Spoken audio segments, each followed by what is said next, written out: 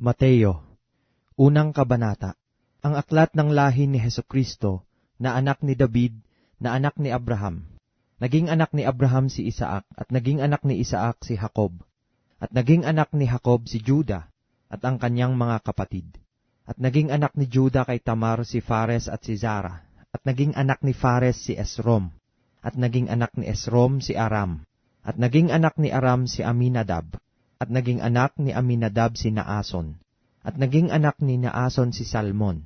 At naging anak ni Salmon kay Rahab si Buz. At naging anak ni Buz kay Ruth si Obed. At naging anak ni Obed si Jesse. At naging anak ni Jesse ang haring si David.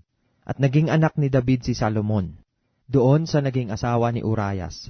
At naging anak ni Salomon si Rehoboam. At naging anak ni Rehoboam si Abias. At naging anak ni Abias si Asa. At naging anak ni Asa si Josaphat. At naging anak ni Josaphat si Joram. At naging anak ni Joram si Osias. At naging anak ni Osias si Joatam. At naging anak ni Joatam si Akaz.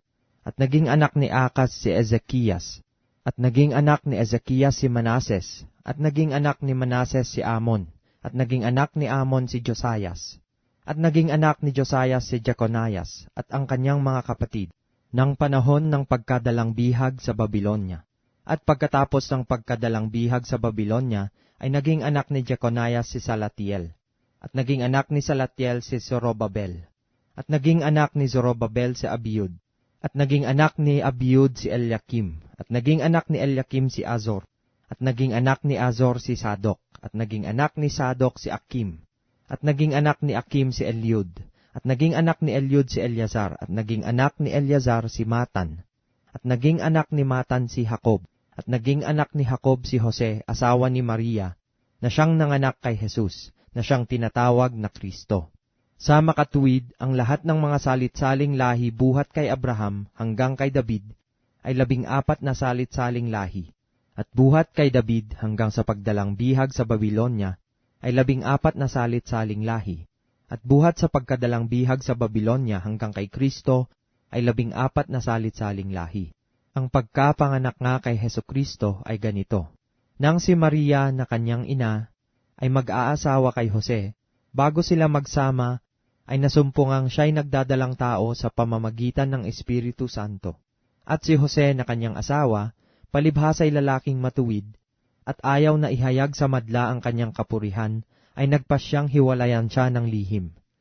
Datapwat samantalang pinag-iisip niya ito, narito, ang isang anghel ng Panginoon ay napakita sa kanya sa panaginip, na nagsasabi, Jose, anak ni David, huwag kang mangamba sa pagtanggap kay Maria na iyong asawa, sapagkat ang kanyang dinadalang tao ay sa Espiritu Santo. At siya'y manganganak ng isang lalaki, at ang pangalang itatawag mo sa kanya'y Jesus, sapagkat ililigtas niya ang kanyang bayan sa kanilang mga kasalanan. At nangyari nga ang lahat ng ito upang maganap ang sinalita ng Panginoon sa pamamagitan ng propeta na nagsasabi, narito, ang dalagay magdadalang tao at manganganak ng isang lalaki, at ang pangalang itatawag nila sa kanya ay Emmanuel, na kung liliwanagin ay sumasa atin ang Diyos.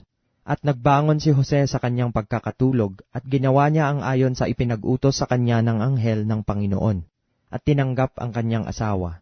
At hindi nakilala siya hanggang sa maipanganak ang isang lalaki, at tinawag niya ang kanyang pangalang Jesus.